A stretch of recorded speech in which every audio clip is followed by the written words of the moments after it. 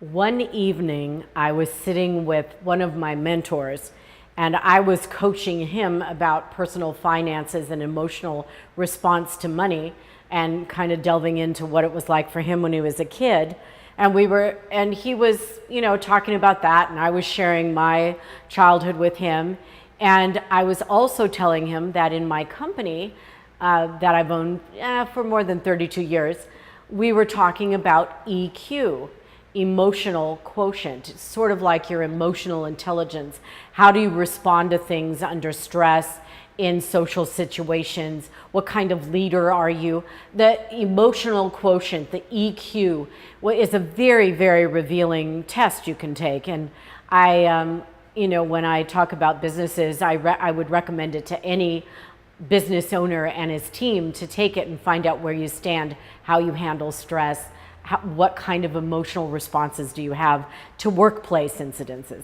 But we were talking more personally.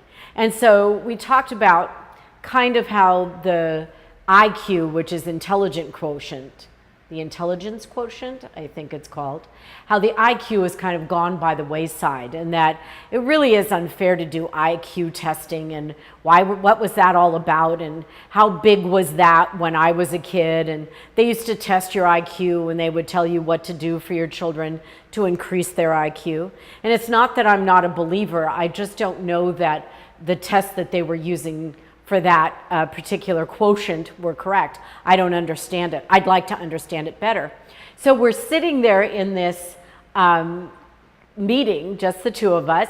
Hi, Travis, you're the guy.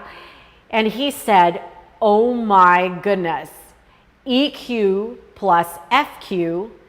No, wrong. He said EQ plus IQ equals FQ.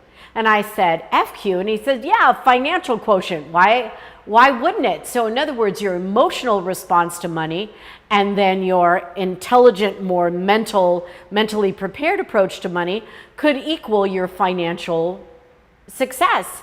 And I said, Travis, that's brilliant. EQ plus IQ equals FQ. And I started to live with that for a little while. I started to let it sit in my brain and feel how I felt about that particular thing. And did that sort of sound arrogant or, maybe even stupid? Was it maybe too sobering? Was it something that we couldn't measure? How would that really work if we made that into a math equation?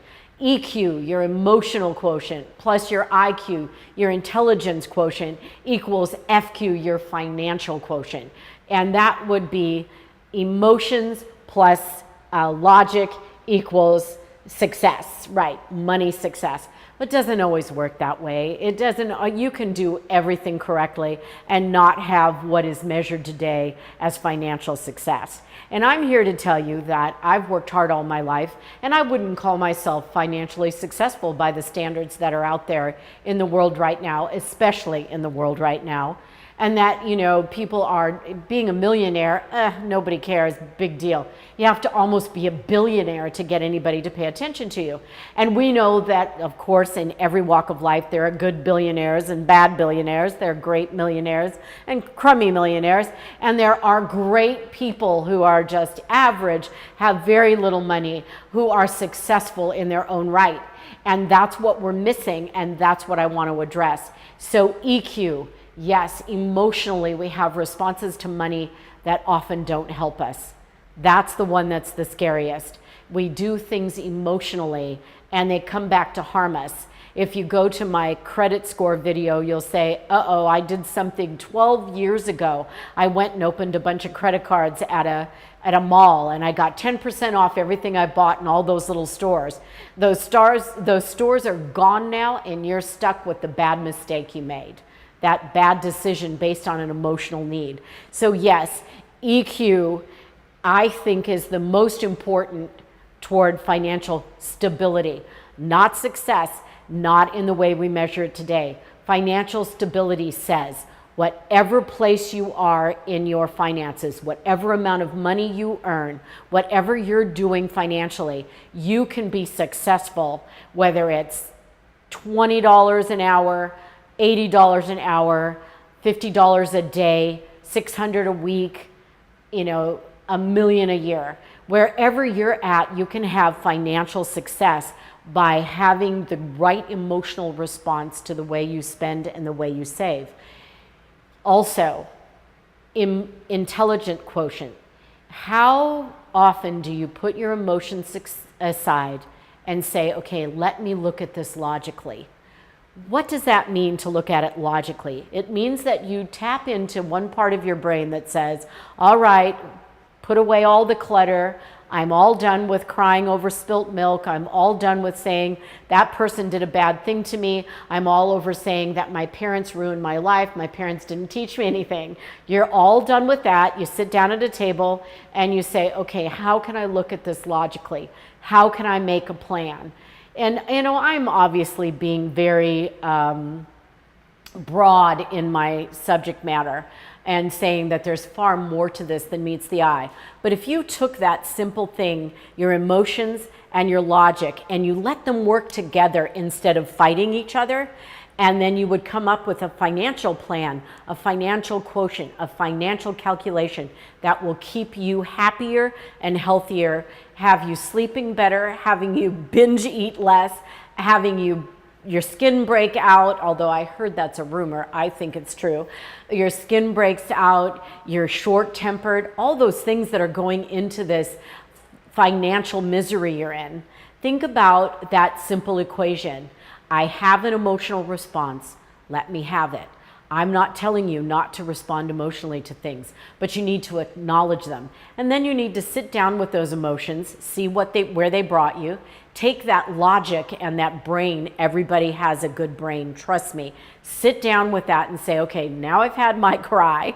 What can I do logically to make myself feel better? And then you say, oh, I see. If I put these two together and I make a plan, I can have financial stability, or I can have financial success, or I can at least understand my finances. I'm saying to you on the basic level, you need to understand your finances. You can't close your eyes. You can't put up a block. You can't hide under the covers. You can't put your head in the sand. You have to look at it. So we're going to delve more into EQ plus IQ equals FQ in my book, The Discomfort Zone. And it's really going to be important for you to read emotionally why you might do something, what it looks like when you do that, and the steps you can take to put logic there and actually take a section of your life, no matter what that topic may be, and become successful with it. We're going to do it topic by topic, chapter by chapter, video by video, and I'm going to delve into this more deeply, and I'm going to do some detective work if I feel I haven't been thorough enough. So you can count on me to do that kind of thing. I'm in this journey with you. I want to go on the journey with you. I want you to see my journey and what I've learned throughout the years. I've actually learned a lot, made a lot of mistakes. I'm with you. I want to help you. We're going to do this. Thank you.